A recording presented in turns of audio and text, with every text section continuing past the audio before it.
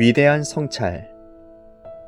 여호수아가 백성에게 이르되 너희가 여호와를 능히 섬기지 못할 것은 그는 거룩하신 하나님이시요 질투하시는 하나님이시니 너희의 잘못과 죄들을 사하지 아니할 것임이라. 여호수아 24장 19절. 조금이라도 하나님 외에 다른 것을 의지하는 것이 남아 있습니까? 어떤 환경이나 자연적인 것들을 의지하려는 경향이 남아 있습니까? 하나님께서 당신에게 특별한 제안을 하셨을 때 여전히 당신 자신을 의지합니까? 이러한 질문으로 자신을 점검하는 것이 성찰이 의미하는 바입니다. 나는 거룩한 삶을 살 수 없어요 라고 말하는 것이 맞을 수 있습니다. 그러나 당신은 예수 그리스도께서 당신을 거룩하게 만드실 수 있도록 결정할 수 있습니다. 너희가 여호와를 능히 섬기지 못하리라. 그러나 당신은 하나님의 전능하신 능력이 당신을 통해 역사하실 수 있도록 자신을 내어놓을 수 있습니다.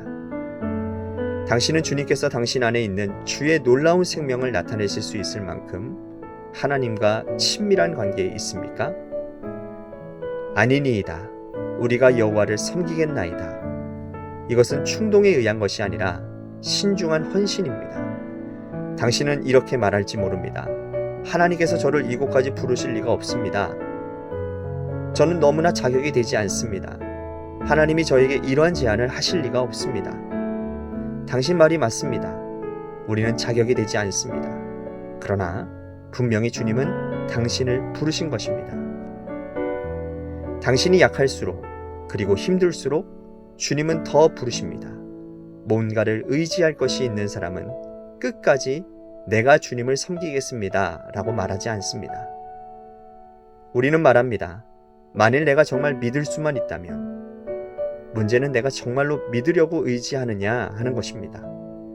예수님께서 불신앙의 죄가 얼마나 큰 것인지 강조하시는 것은 아주 마땅합니다.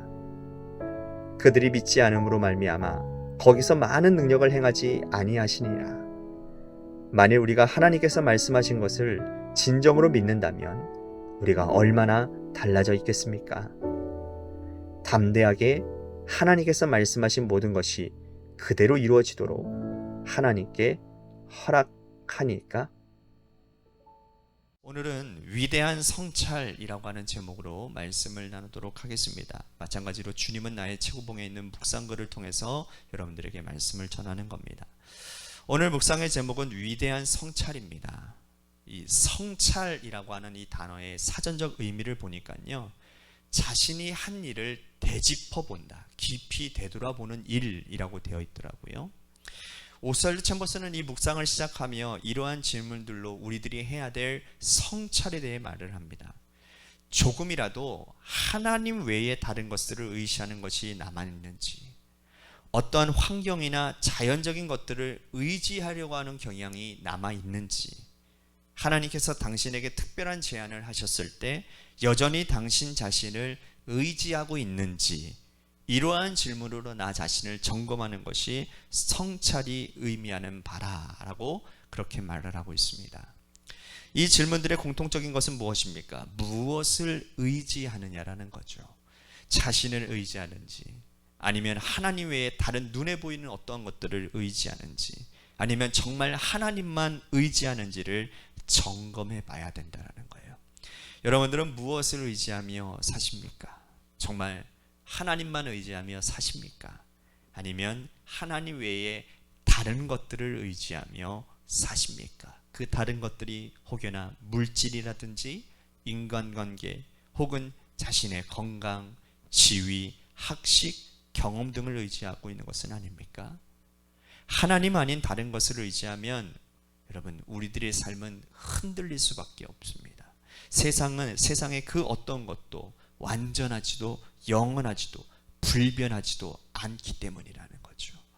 그러나 하나님을 의지하면 이야기가 달라집니다. 왜요? 하나님만이 영원하시고 변함이 없으시고 완전하시기 때문입니다.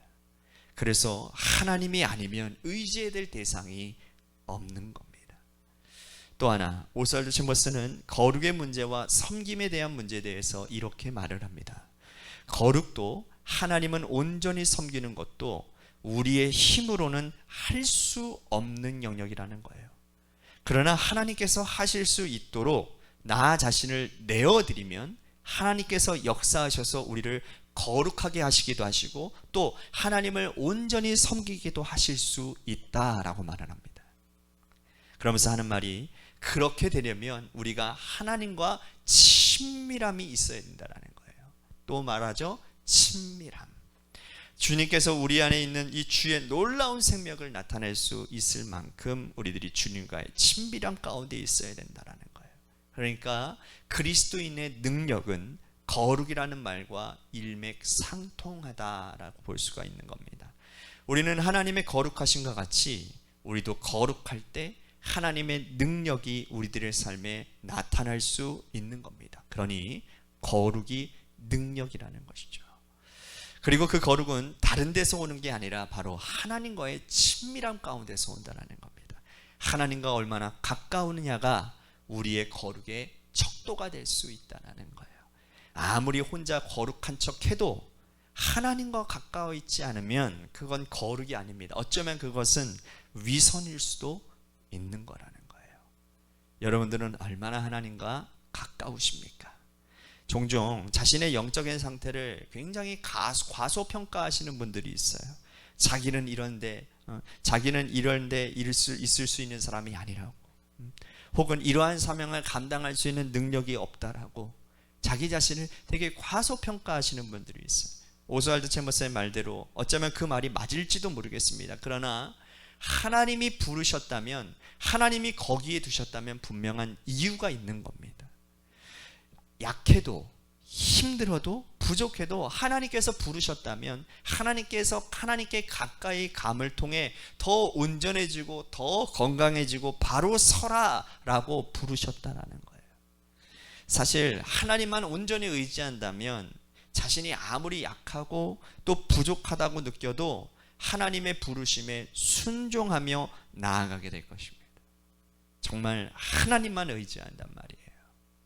그러나 하나님만 온전히 의지하지 않으면, 다른 무언가의 마음을 빼앗기고 있으면 하나님의 부르심에 온전히 순종하기는 어렵습니다. 그래서 오스왈드 챔버스가 이런 말을 해요. 뭔가를 의지할 것이 있는 사람은 내가 끝까지 이렇게 섬기겠습니다 이렇게 말하지 않는다고요. 그렇게 말하면 왠지 손해볼 것 같고 또한 뭔가 자신이 희생해야 될 것 같은 거예요. 그만큼 뭔가 의지하고 가지고 있는 것이 많다라는 증거가 되는 거죠. 오스왈드 챔버스는 우리가 하나님을 믿는 것에 대해서 정말 믿으려고 하는 의지가 있는지를 반문합니다. 진짜 온전한 믿음을 가지려고 하느냐라는 거예요. 만일 진짜 믿음을 가지고 있다면 하나님은 분명 우리들의 삶에서 역사하셨을 것이고, 그러면 우리는 많은 변화를 경험하게 되었을 거라는 거예요. 바꿔 말하면 예수님께서 자신을 믿지 않는 고향에서 능력을 행하시지 않으셨던 것처럼 우리가 하나님을 진짜 믿지 않았기에, 믿으려고 하는 의지조차 없었기에 하나님의 역사가 없다라는 말이죠. 오늘 묵상을 기초로 말하자면 진짜 하나님을 의지하고자 하는 마음이 있느냐라는 거예요. 눈에 보이지 않는 하나님보다 눈에 보이는 뭔가를 더 의지하고자 하는 마음이 있는 것은 아니라는 것이죠. 만약 그렇다면 우리들의 삶은 하나님의 능력과 하나님의 기적과 하나님의 역사와는 거리가 멀게 될 것입니다.